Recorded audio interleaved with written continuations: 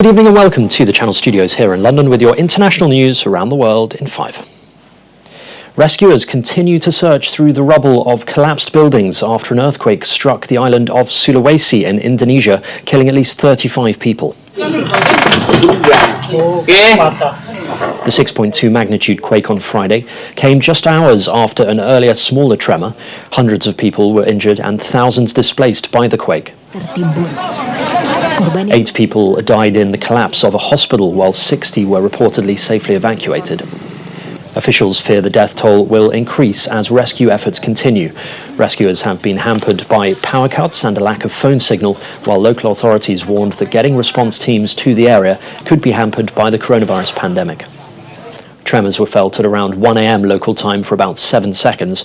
No tsunami warning was issued, but thousands are reported to have left their homes, fleeing to safety. US President-elect Joe Biden has unveiled a $1.9 trillion stimulus package for the struggling US economy before he takes office next week. Tonight, I'll lay out my first step, the American Rescue Plan. If passed by Congress, it would include $1 trillion for households, with direct payments of $1,400 to all Americans. Mr. Biden has promised to beat the pandemic that has killed more than 385,000 people in the US. The direct payments of $1,400 would come on top of $600 payments provided in a relief bill enacted last month. Brazilian President Jair Bolsonaro has cast doubt on the effectiveness of the COVID-19 vaccination during his weekly address to the country. Brazil faces the world's second deadliest coronavirus outbreak after the United States. The country's death toll passed 200,000 this week. Right-wing President Jair Bolsonaro has been repeatedly criticized for downplaying the pandemic's gravity and undermining trust in vaccines. Mr. Bolsonaro has said he will refuse any COVID-19 vaccine himself. It comes as hospitals in Brazil's northern state of Amazonas ran short of oxygen and made an urgent call for help to the United States. Amazonas, where nearly 6,000 people have died from COVID-19, is now suffering a devastating second wave that is pushing emergency services to breaking point. North Korea has unveiled a new type of submarine-launched ballistic missile, described by state media there as the world's most powerful weapon.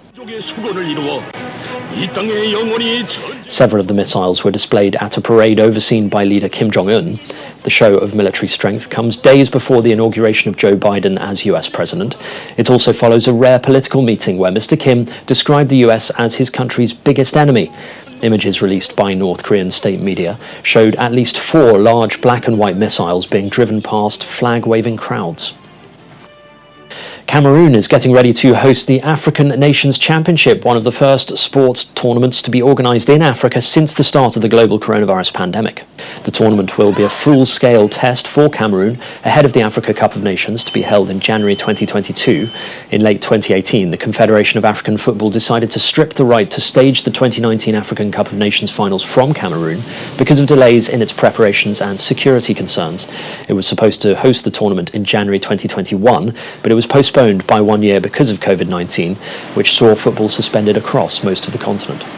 And finally, a Thai restaurant in a hospital east of Bangkok is serving cannabis-infused dishes to try to destigmatize its usage and eventually draw in tourists. In December, Thailand delisted cannabis from the narcotics category, allowing those authorized by the government to cultivate the plant.